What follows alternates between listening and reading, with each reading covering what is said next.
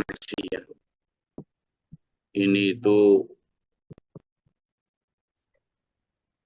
pengumuman atau malah pengulangan penegasan sebuah ideologi ketauhidannya. Inna rabbakumullahu, sungguh Tuhanmu itu ya Allah. Ini. Sungguh Tuhanmu itu tidak ada yang lain kecuali Allah. Jadi di dalamnya terkandung proklamasi, di dalamnya juga terkandung perintah, di dalamnya juga terkandung larangan. Di dalamnya juga terkandung penjelasan. Proklamasi, ini Tuhanmu Allah. Perintah, ya, tunduklah, sembahlah Allah. Larangan, jangan menuhankan selain Allah. Penjelasan, yang berhak kamu sembah itu hanya Allah. Jadi dalam kalimat inna rabbakumullah itu ada 4 hal tadi, itu proklamasi, perintah, larangan, dan penjelasan. Nah, penjelasan selanjutnya juga dipertegas dalam kalimat selanjutnya. Kenapa Allah itu hanya satu-satunya yang berhak dan layak untuk kamu sembah? Karena alladzi khalaqas samawati wal ardh. Karena dialah yang menciptakan langit dan bumi. Jadi dia yang menciptakan langit dan bumi. Nah, misalnya Tuhan tapi tidak menciptakan itu, ya tidak bisa lah dijadikan Tuhan. Orang Bani Israel dulu, Yahudi ya, menuhankan Uzair sebagai anak Allah. Nah, coba ditanya, yang menciptakan langit bumi itu Allah atau Uzairnya? Meskipun Uzair itu anaknya Allah, gitu. Dia pasti akan menjawab Allah. Allah. Gitu. Lah kenapa kamu menuhankan Uzair? Ya karena dia anak Allah. Gitu mesti. Padahal kalau kita mau secara runut logikanya ya hanya satu dong yang menciptakan. Kalau dia menciptakan secara bersama-sama, ya berarti dia tidak terlalu Tuhan, tidak terlalu kuasa karena masih membutuhkan pihak lain dalam mencipta. Sementara Allah, satu di antara sifat wajibnya Allah adalah binafsihi. Allah itu zat atau Tuhan yang berdiri sendiri, mandiri tanpa perlu bantuan pihak lain, termasuk dalam menciptakan langit dan bumi. Lah itu baru layak dan berhak untuk kita tuhankan. Makanya dulu ketika Nabi Ibrahim sedang mencari Tuhan, ketika bertemu dengan bulan, wih indah ini mesti ini Tuhanku.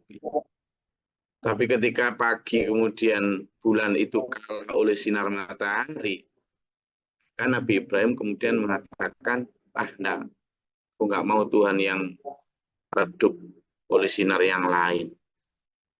Berarti ini Tuhanku ini, matahari ini, wa akbar gitu. Dia lebih besar. Nah, maka matahari itulah yang dianggap Tuhan oleh Nabi Ibrahim. Nah, itu sebelum jadi Nabi ya. Kemudian ternyata malam matahari terbenam, kemudian yang tampak malah bintang gemintang yang indah berkilauan di atas. Wah, ini bintang ini kayaknya Tuhanku. Tapi kemudian ketika bintang juga kalah sinarnya oleh rembulan, kemudian pagi juga kalah oleh matahari, hendaklah, berarti bukan itu semua Tuhanku. Aku mencari Tuhan yang di atas semua itu, yang lebih hebat dari semua itu. Nah, Nabi Ibrahim kemudian memberi satu kriteria jelas, yang layak dijadikan Tuhan yang aku sembah itu ya berarti yang menciptakan aku, yang menciptakan langit dan bumi, yang di atas semua itu, di atasnya matahari, rembulan, bintang, di atas semua itu. Makanya di ayat ini disebutkan Allazi khalaqas samawati wal ardh. Dia yang menciptakan langit dan bumi. Di mana di dalam langit dan bumi itu ya berisikan matahari, bulan, bintang, kan masih di dalam naungan langit tuh. Dan yang menciptakan Allah. Lebih hebat lagi, Allah menciptakan itu fi sittati ayyam, dalam 6 masa. Jangan bertanya gini, loh kalau Allah berkuasa kok kenapa pakai 6 masa, kenapa enggak kling langsung jadi? Ada yang bertanya begitu, ya nggak apa-apa. Allah hanya menjelaskan sama dengan penciptaan manusia. Manusia kenapa sih diciptakan kok sampai 9 bulan? Kenapa enggak celing begitu hamil, ting langsung gede, langsung merojol, kenapa enggak gitu ya? Allah memiliki proses masing-masing. Buktinya Allah juga bisa menciptakan Adam sekali jadi, hanya dengan mengatakan kun, fayakun, kun maka jadilah, fayakun maka apa yang diciptakan Allah itu jadi. Tapi kenapa bumi diciptakan ayamin ke sitati ayam dalam 6 masa? Cuma Allah alam, kenapa kehendaknya pakai 6 masa itu? Ini sebagai pelajaran kita agar kita mau berproses. Allah saja yang maha kuasa, yang sebenarnya juga maha menciptakan dan maha mampu untuk menciptakan bumi, langit, dan seisinya ini dalam satu kalimat kun. Itu mampu. Tapi Allah memberi kita pelajaran bahwa semua butuh proses supaya kalian itu tidak melete, maunya sajek saknyek dalam hal apapun. Apa sajek saknyek itu bahasa Inggrisnya? Sajek saknyek itu betunduk. Apa sajek saknyek itu? Sekali begitu ngomong langsung ada itu. Kita itu kan pengennya begitu. Nggak pakai kerja keras, pengen ya ujuk-ujuk kono ya. Nggak pakai ngaji, ujuk-ujuk pinter. Ya gimana? Nah, Allah menciptakan langit dan bumi dalam visi tati ayam. Itu bukan karena Allah nggak mampu menciptakan dalam satu kalimat kun. Tapi Allah tetap menciptakan kun itu dan mengajari kita bahwa semua butuh proses. Apalagi menciptakan manusia di zaman sekarang. Allah lah memberi kita pelajaran selama 9 bulan di dalam kandungan ibu itu. Bagaimana? Ya penting untuk agar manusia itu merasa betul betapa berharganya manusia. Sampai penciptaan aja memerlukan waktu proses tumbuh kembang bayi itu 9 bulan di dalam rahim ibu. Jadi kita lihat dari sisi positifnya di sana ya. Kita lihat ya kalau dari sisi akal ya gimana bisa menciptakan langit dan bumi di dalam 6 hari. Baru manusia bikin jalan, bikin trotoar aja butuh berbulan-bulan loh. Ya, bikin jembatan cuma 2 meter aja kadang bulanan. Tunggu kering dulu, cornya alah macam-macam gitu kan. Gedung kita yang 2 lantai kemarin itu aja udah hebat sekali, hanya 9 bulan. Ya kan? Sekarang ya orang-orang Cina itu yang mencoba menyaingi Tuhan itu. Bikin gedung 11 atau 10 lantai itu hanya dalam waktu 65 hari misalnya. Dalam waktu kurang dari 1 bulan. Ya itu ya makin mampu manusia gitu kan, itu tetap aja butuh proses. Kalau Allah menciptakan langit dan bumi dalam waktu 6 hari kan, ya, memberi kita pelajaran saja bahwa semuanya butuh proses. Tsummastawa 'alal 'arsy, kemudian dia bersemayam di atas arsy. Nah, ini yang saya perlu terangkan tapi tidak boleh ngantuk dulu ya. Boleh ambil wedang jahe, boleh ambil kopi. Pagi ini kopi apa teh? Kopi, Atau oke, kopi. Coba lihat Pak Warso, kopinya coba dilihat. Saya tak coba lihat ambil kopi. Ini harus dibahas pelan-pelan ini Tsummastawa 'alal 'arsy ini karena banyak yang selindro dalam memahami ini. Saya tak coba lihat ada teh kopi enggak ini. Biar nyantai aman saya sebentar.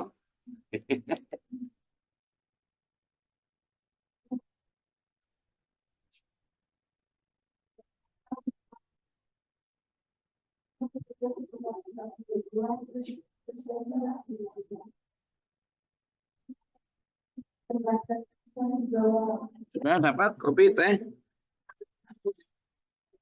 Apa Pak Jo? Dapat nggak Pak Jo sama itu? Kopi Vietnam, Gus.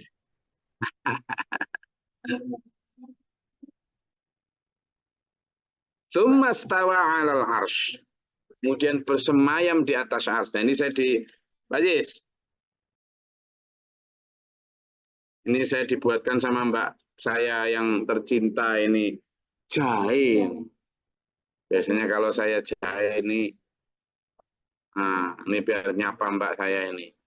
Nah, Assalamualaikum. Waalaikumsalam. Ini buatkan jahe Waalaikumsalam saya. warahmatullahi wabarakatuh. Mana jahenya Mbak? Ini biar Warahmatullahi ini jahe favorit saya ini dibiarkan kan Mbak ini. Nah, ini jahe. Nah, ini jahe pagi-pagi. Masih ngebul ini. Alhamdulillah. Boleh ngaji sambil makan jajan loh, dikasih buah ini, pisang sama apa ini Mbak? Kentang kecil-kecil ini. Ah, ini sehat-sehat pol ini. Wah, pisang godok. Wes ini tanpa bahan pengawet, tanpa apapun. Ya, ini benar-benar min fadli Robbi ini dari Mbak. Nah, ini jam sekian udah. Mana Pak itu? Bikin ngiler, Gus. Nah, yang bikin ngiler lah ya makanya. Ya, Pak Bahas. Sumastawa 'alal arsy. Kemudian Allah bersemayam di atas arsy. Itu gimana? Nah, ini yang saya mulai dari yang pertama. Allah itu tidak bertempat loh ya. Allah tidak bertempat. Itu harus dipahami begitu. Karena Allah, kalau Allah bertempat, ini menyalahi sifat Allah. Allah itu tidak dibatasi oleh masa, ruang, dan waktu. Itu Allah harus begitu. Massa itu apa sih? Massa itu partikel penyusun benda. Jadi kalau misalnya di belakang saya ini ada apa ini? Batu bata, maka untuk menyusun batu bata ini kan butuh ya apa? Tanah liat dicampur dengan pasir kecil dan apa segala macam. Sehingga jadi batu bata. Nah, massa penyusun batu bata ini kalau dipecah lagi ini jadi partikel-partikel berupa atom, neutron, proton, dan neutron, proton, dan inti atom itu. Itu namanya massa penyusun benda. Yang nggak jurusan fisika nggak ngerti jelas. Nah, ini massa penyusun benda. Lah Allah itu tidak dibatasi oleh ini. Tidak dibatasi oleh dinding, tidak dibatasi oleh batu, tidak dibatasi oleh planet. Tidak dibatasi oleh tempat, ruang, dan waktu. Bahkan tidak dibatasi waktu. Allah itu tidak bermula dan tidak berakhir. Juga tidak bertempat. Karena kalau Allah bertempat, lalu di luar tempat yang ditempati Allah ada siapa dong? Berarti kan, nah padahal Allah itu mil'us samawati wa mil'ul ardi. Allah itu menggenangi seluruh jagat raya langit dan bumi. Makanya ketika kita itidal dari kok sami Allahu liman hamidah, nunjuk ke atas, ini Allah mil'us samawati memenuhi langit, nunjuk ke bawah wa mil'ul ardi, Allah memenuhi bumi penuh. Kalau Pak Guru Muhtar biasanya ngajarin kita dengan mencontohkan ikan di dalam air, kemanapun ikan berenang diliputi digenangi oleh air. Kita qiyama wa qu'uda wa ala junubihim, berdiri, duduk, dan berbaring dalam genangan keagungan, kebesaran, kekuasaan Allah.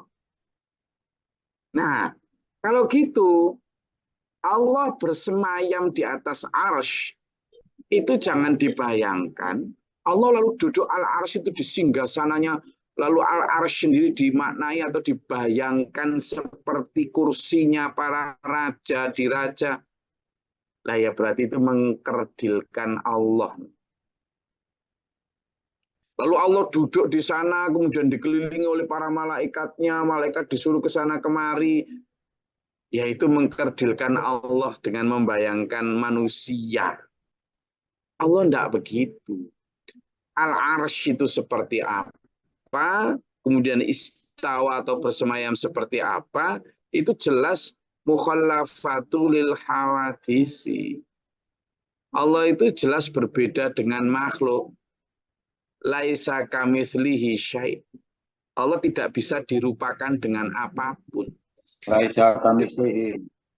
Jadi ketika Allah benar-benar, misalnya Nabi Muhammad SAW itu sering bersumpah begini. Walladzi nafsi biyadihi. Dan demi hidupku yang ada di tangannya. Loh, kalau Allah berfirman, Nabi Muhammad bersabda, di tangan Allah, itu dalam bayangan zaman tangannya Allah berapa jarinya? Tangan Allah itu berapa jumlahnya? Wong Allah menciptakan malaikat Zabaniyah, malaikat Malik itu punya 70.000 tangan. Tiap tangan itu bisa mencengkram 70.000 orang. Gitu. Artinya mencengkram untuk membuang orang ke neraka itu. Nah, kalau Allah saja mampu menciptakan malaikat dengan sekian ratus ribu tangan per malaikat, padahal ada jutaan malaikat, masa Allah sendiri tangannya cuma satu? Nah, ini jangan diartikan tangan itu tangan ansih secara harfiah, tapi tangan yang dimaksud adalah kekuasaan Allah. Demikian pula arsy. Arsy itu singgasana juga kekuasaan Allah. Makanya kalau rebutan kursi gubernur, bukan kok calon-calon itu lalu dikasih kursi, lalu eret-eretan kursi kelihatan itu, enggak. Ya kan? Kita loh mengartikan, oh ini sedang rebutan kursi jabatan gubernur, kursi kepresidenan, kursi bupati, kursi DPR. Kan bahkan DPR pun menyebutnya sebagai kursi. Dapat berapa kursi dia? Kan gitu. Apa mereka punya kursi? Enggak punya. Apa kemana-mana mereka membawa kursi? Enggak. Yang dimaksud adalah apa? Kuota kekuasaan. Demikian pula, misalnya dalam surat Al-Baqarah yang kita sering sebut ayat kursi itu, ya kan? Kita sebut sebagai ayat kursi. Di situ disebutkan bahwa wala ya'udu hifdzuma wa huwal aliyul azim itu wasi'a kursiyuhus samawati wal ardh. Wasi'a luasnya kursiyuhu, kursinya Allah.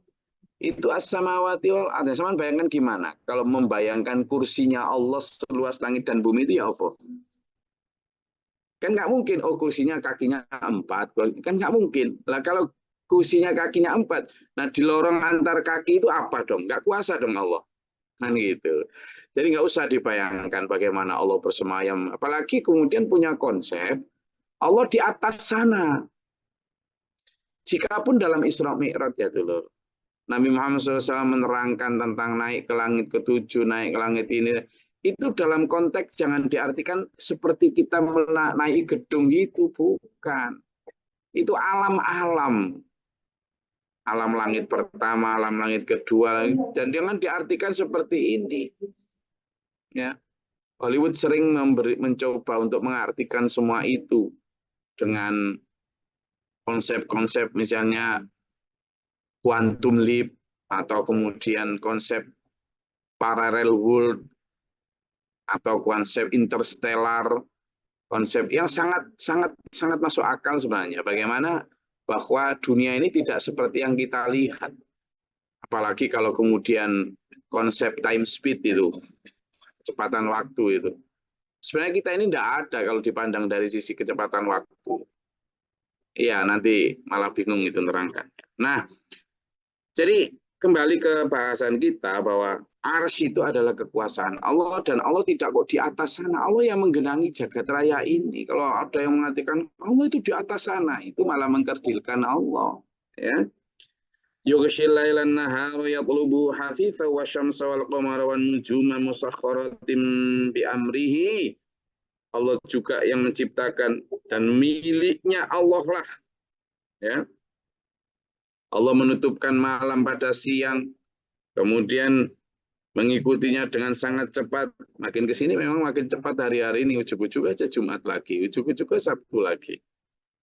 Wasyamsa wal qamara tadi saya sampaikan menujuma, menciptakan matahari, menciptakan bulan, menciptakan bintang-bintang di dalam langit, musakhkharatim bi amri, semuanya tunduk kepada Allah. Matahari itu kalau diperintah Allah redup, ya redup. Mati dulu kamu, jangan kalau diperintah Allah untuk nyala, ya nyala. Padahal ingat loh itu loh, sumber energi utama di bumi ini adalah matahari. Nah kalau coba kemudian matahari itu dipadamkan Allah, kita ya mati, sudah selesai, sudah selesai. Jangankan dipadamkan, itu baru ditutup persekian aja loh. Itu panen juga nggak jalan, semuanya membeku. Ingat waktu Krakatau meletus. Krakatau meletus itu saking dahsyatnya letusan. Itu sampai abu itu menutupi atmosfer. Abunya Krakatau itu sampai menutupi atmosfer. Sampai kemudian bumi ini dalam beberapa bulan itu dalam kondisi dingin dan tidak mendapat banyak sinar matahari, sedikit. Sehingga gagal panen di mana-mana, termasuk di Eropa. Sehingga waktu itu sampai terjadi kekurangan pangan. Padahal itu baru ditutupi dengan debu dari satu gunung yang ada di Indonesia. Gunung yang dianggap dengan letusan paling dahsyat sepanjang sejarah. Itu baru gunung. Nah, kalau Allah kemudian nutup itu jadi apa kita? Jadi nggak usah sombong-sombong hanya karena jadi camat, kepala desa, bupati, gubernur, presiden. Jangan, nggak usah lah. Jauh. Ya kan? Kayak seolah nggak ada yang bisa menghentikan, nggak ada yang bisa melawan. Sampai yang kaya juga gitu, kayak nggak ada yang bisa nandingi, kayak semua bisa dibeli, kayak semua harus nurut, menghormat. Ini loh. Kalau Allah menutup, jangankan kok bumi langit seisinya, baru matahari aja, nggak usah ditutup selamanya. Ditutupi tadi loh dengan debunya Krakatau tadi. Sudah, kelepekan sudah.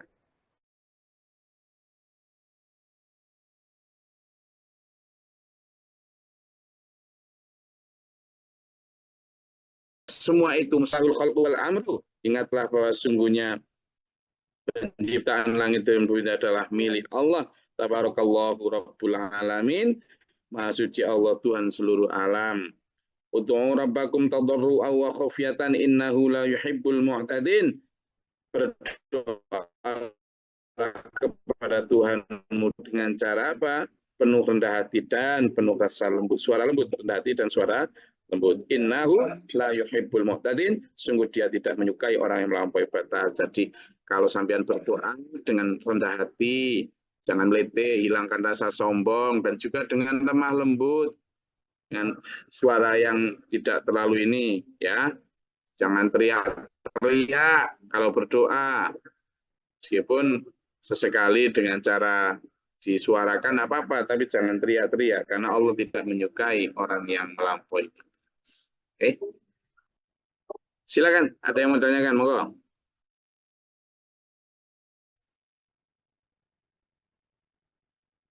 Atau dinyatakan, silakan.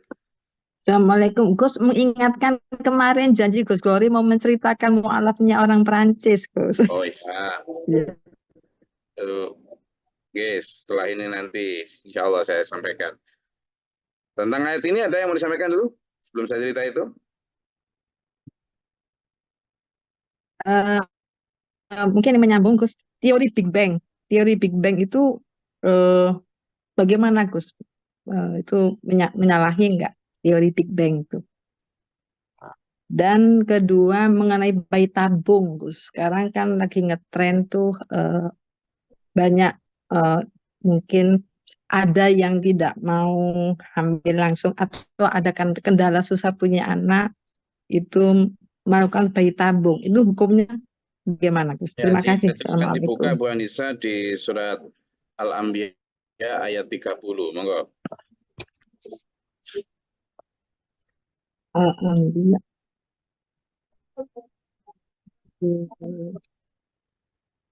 Kita dua bisa. Enggak, Al-Anbiya ayat 30. Ayat ya. A'udzubillahi minasyaitonirrajim. Bismillahirrahmanirrahim. Ayat 30. Anbiya ayat 30. Dan apakah orang-orang kafir tidak mengetahui bahwa langit dan bumi keduanya dahulu menyatu, kemudian kami pisahkan antara keduanya, dan kami jadikan segala sesuatu yang hidup berasal dari air, maka mengapa mereka tidak beriman? Shadaqallahu adzim. Jadi teori Big Bang itu sebenarnya teori yang berbasiskan pada teori relativitas waktu. Yang waktu itu kalau teori relativitas waktu dicetuskan oleh Albert Einstein, seorang ilmuwan Yahudi ya. Kemudian itu dimunculkan lagi oleh seorang ilmuwan yang sekaligus seorang biarawan Katolik yang bernama Georges Lemaitre. Nah, pokok bicara nih ngomong teman susah nanti itu ya. Teori Big Bang ini kemudian dikasih nama Big Bang. Itu sebenarnya yang ngasih nama Big Bang itu adalah seorang ilmuwan fisikawan yang dia seorang namanya Fred Hoyle tahun 49. Big Bang itu apa sih? Big itu gede, bang itu ledakan, jadi ledakan dahsyat. Bahwa alam semesta ini menurut para ilmuwan itu dimulai dari sebuah ledakan dahsyat, benturan antara dua matahari supernova yang gede banget, sehingga hancurnya itu kemudian menjadi serpian-serpian yang kemudian terus berkembang, modot menjadi alam semesta ini. Itu menurut mereka. Tapi sebenarnya Al-Quran sendiri sudah menerangkan bahwa antara langit dan bumi ini dulu nyatu. Artinya dari satu masa penyusunnya, lalu Allah pisahkan. Nah ini yang kadang diartikan sebagai Big Bang, bahwa melalui sebuah ledakan besar. Apakah melalui sebuah ledakan besar atau apa? Tapi yang jelas Quran seperti yang kemarin saya sampaikan itu adalah ala ilmin. Jadi kami menerangkan kata Allah, Quran itu berdasarkan pengetahuan. Dan memang orang sekarang sedang berusaha untuk membuktikan bagaimana Quran itu benar. Meskipun kadang mereka di lahirnya mengingkari Quran itu. Apakah surat Al-Anbiya ayat 30 berkenaan atau berkaitan dengan teori Big Bang? Kurang tahu. Kenapa? Ya surat Al-Anbiya ayat 30 1500 tahun yang lalu. Teori Big Bang dan sebagainya baru dicetuskan manusia tahun 1900-an. Artinya ya kita lebih dulu ya. Jadi apakah teori Big Bang itu benar atau enggak? Ya wallah alam, yang pasti adalah bahwa dulu langit dan bumi ini adalah satu. Apakah kemudian terpisahnya melalui sebuah Big Bang atau tidak? Wallah alam. Ya. Tapi yang jelas dulu satu. Dan yang kedua tentang bayi tabung, saya rasa bayi tabung itu sebuah upaya yang ada yang mengatakan haram, ada yang tidak. Sebenarnya tidak ada yang menyalahi tentang itu. Kan tetap aja perkembangan janin itu bukan ditabung. Ya. Yang kadang orang salah memahami itu seolah-olah bayi itu kemudian berkembang ditabung. Bukan. Sebenarnya itu adalah proses yang diperbantukan. Mungkin karena lemahnya energi yang dimiliki janin dalam sperma laki-laki itu, sehingga perlu diambilkan sperma itu lalu kemudian dan indung telur atau ovariumnya ibu itu diambil lalu kemudian zigotnya itu atau terjadinya zigot itu ada di dalam tabung. Sebenarnya bukan benar-benar tabung sih, tapi itu kan untuk memudahkan orang memahami di dalam lab. Kemudian juga setelah terjadi zigot itu sebenarnya dikembalikan lagi ke dalam rahim ibu. Lalu perkembangannya ya kemudian Allah lagi yang bukan manusia gitu ya. Jadi kita melihat itu ya seperti misalnya hanya seperti berobat saja. Beda kalau kemudian sewa rahim itu beda lagi ya. Atau kemudian bicara tentang donor sperma dan sebagainya itu beda lagi hukumnya ya. Oke, saya kembali ke yang kemarin. Jadi sebenarnya ceritanya gini ya. Saya itu perjalanan dari Lombok menuju ke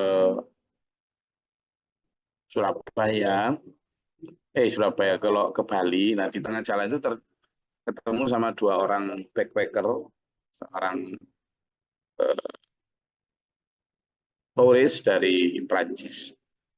Nah mereka ini ya tidak bertuhan lah.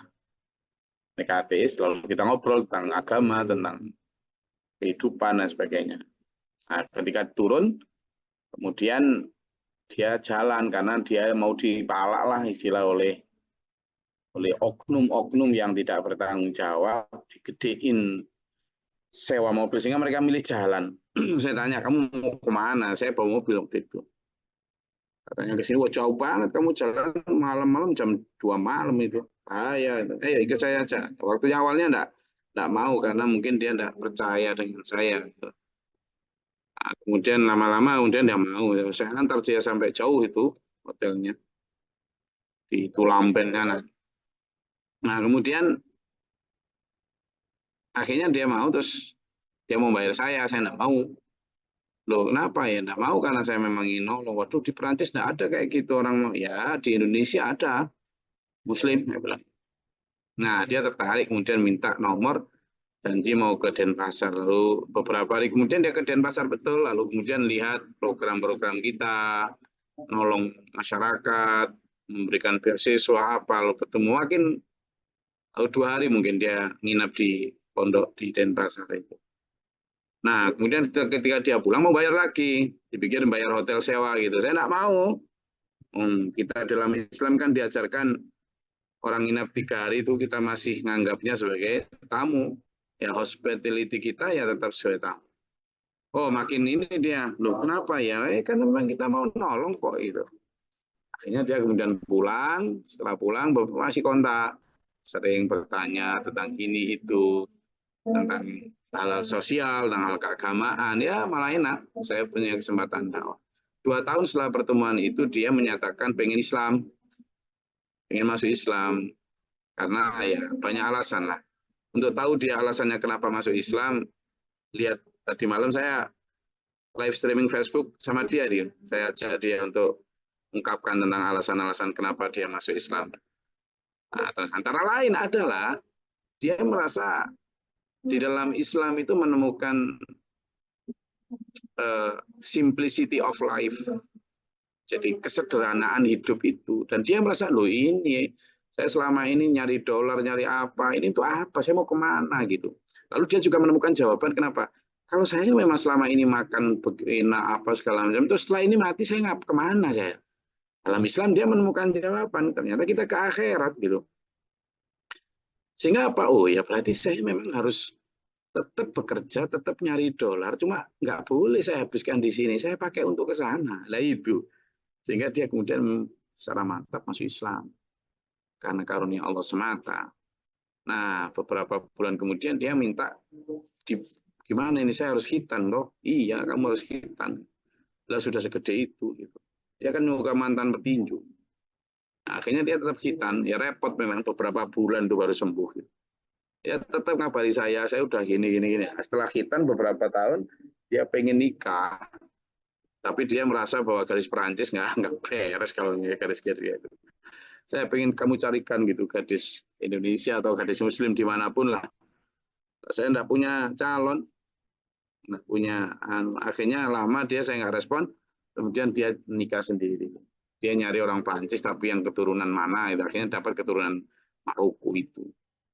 Dia masih sering kemudian berkoalisi. Nah akhirnya dia nyampaikan ke istrinya tentang bagaimana dia masuk Islam, ketemu SPMA dan sebagainya. Nah, makin kepingin ke Indonesia lagi.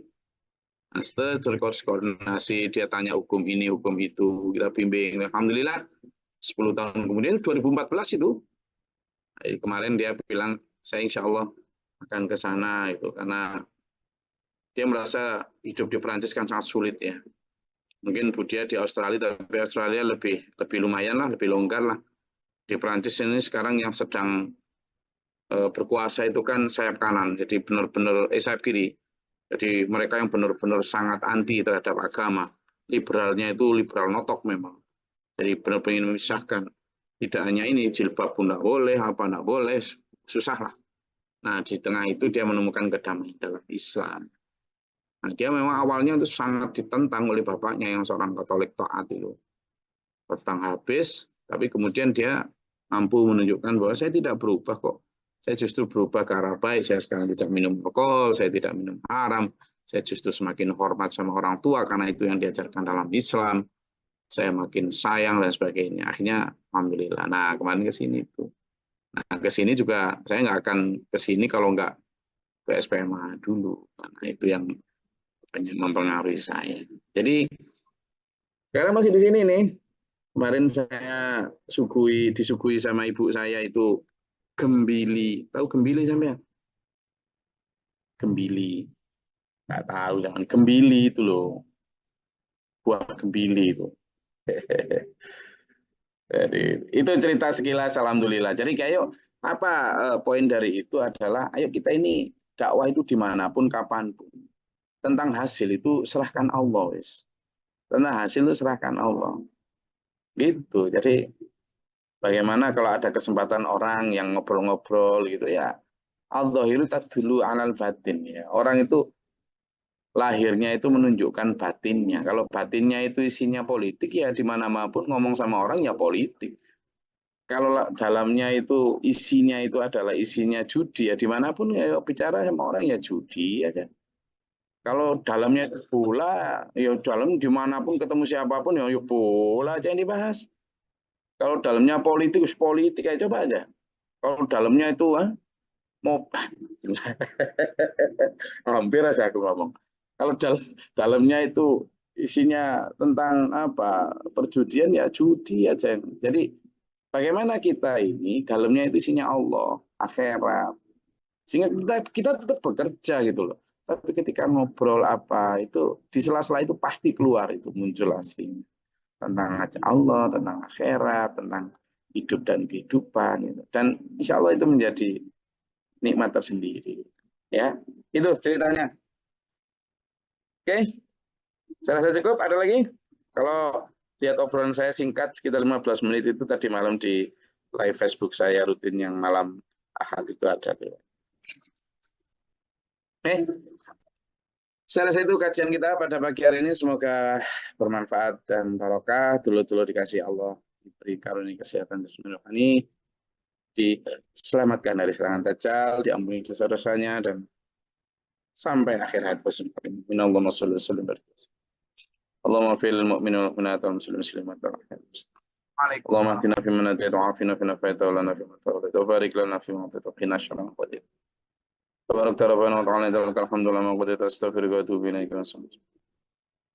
اللهم ادع عنا البلاء والوباء والحسد من الجن والشياطين كما ربنا نتينا ولنسافنا ربنا ولا تجعلنا في الظالمين ربنا من فاكتبنا مع الشاهدين ربنا لا تزغ قلوبنا بعد إذ هديتنا وهب لنا اللهم تعالى باب رحمتك اللهم انزل علينا رحمتك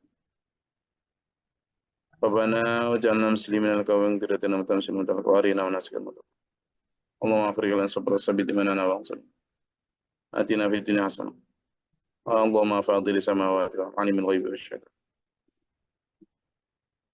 وأعوذ بالله من شر البلاء والوباء درك الشقاء والسوء والعشق وأن قبل دعاء سبحان ربك رب العزة عما يصفون سلام لله رب العالمين والسلام عليكم ورحمة الله وبركاته. Waalaikumsalam warahmatullahi wabarakatuh. Ternuwun, Gus. Al-Quran